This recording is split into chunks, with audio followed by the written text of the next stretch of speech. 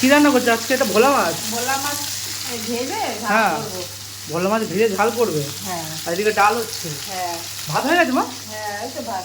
আলু ভাজবো। আলু ভাজবে আবার? হ্যাঁ। বাহ বাহ বাহ বাহ বাহ। তো বন্ধুরা আজকে আলু ভাজা হবে, আর এদিকে ডাল হয়ে গেছে, ভাতও হয়ে গেছে, আর এদিকে হচ্ছে মাছ ভাজা হচ্ছে, ভোলা মাছ।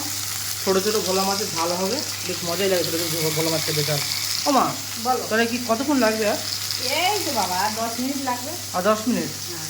তাহলে ঠিক আছে, আমি যাই হাত মুখ তো ধুয়ে আছি নাকি? যাও। ঠিক আছে, তাহলে কর, হয়ে তো গেছে প্রায়। হ্যাঁ, ঝোল বসলেই হয়ে যায়। হ্যাঁ, ঠিক আছে, করো। রান্না কত হলো? এই তো হয়ে গেছে বাবা। ওই আলু ভাজা? হ্যাঁ। বাহ। আর এই মাছের তরকারি কি দিয়ে দিয়েছো মাছ ভেজে ঝোলের মধ্যে? ঝোলের মধ্যে দিয়ে দিয়েছি। বাহ, এক্ষুনি ফুটবে, হয়ে যাবে। এক্ষুনি ফুটবে, হয়ে যাবে। ঠিক আছে, তাহলে দাও। খিদে পেয়েছে খুব জোরে বন্ধুরা, খিদেও পেয়েছে খুব জোরে, খাওয়ার সময় দেখাচ্ছি। বন্ধুরা বসে বললাম খেতে, দেখো একদম কত সুন্দর খেতে দিয়েছে মা। এখানে রয়েছে এই যে ডাল রাখলাম সাইডে, তারপরে এই যে মাছ, এই যে বলেছিলাম না যে মাছ, এই ভোলা মাছ, ছোটো ছোটো ভোলা মাছের ঝাল, কত সুন্দর লাগে দেখতে, একদম দেখতেই পাচ্ছ একদম। এটাও সাইডে রাখবো। আর এখানে রয়েছে এরকম চাকচাক আলু ভাজা। ওহো, এই চাকচাক আলু ভাজা দিয়ে প্রথম ভাতটা একটু মাকে খাওয়া যাক। এবং মাখিয়ে নিতে হবে ভাতটা, পুরো গরম গরম আলু ভাজা। বন্ধুরা গরম গরম আলু ভাজা ভাত তো সবারই ভালো লাগে অবশ্যই। তো যাই হোক, এটা দিয়ে মাকে খাওয়া যাক।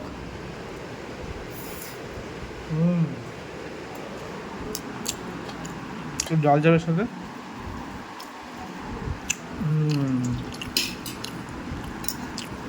ডাল দিয়ে যে আলু ভাজা রয়েছে,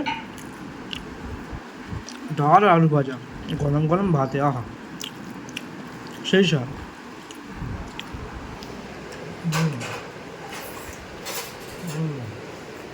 বন্ধুরা সব দিয়ে খাওয়া হয়ে গেল, এবার খাবো এই মাছের ঝালটা দিয়ে। ও লাল লাল ঝাল ঝাল একদম, দেখতেই পাচ্ছ কত সুন্দর। একটু ভালো করে মাখিয়ে নিয়ে ভাতের ঝালের সাথে এই পেঁয়াজ দিয়ে লঙ্কা দিয়ে কত সুন্দর ঝাল করেছে এই যে মাছটা। ওহো, দেখতেই পাচ্ছ কত সুন্দর মাছ। মাছটা একটু দিয়ে ভাতের সাথে এরকম মাখিয়ে জিনিসটাকে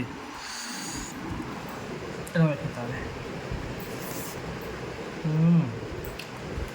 সত্যি তো কারা কারা এরকম ভোলা মাছ খেতে ভালোবাসো, ঝাল অবশ্যই কমেন্ট করে জানো। তো এমনের জন্য টাটা, দেখা হচ্ছে পরের ভিডিওতে।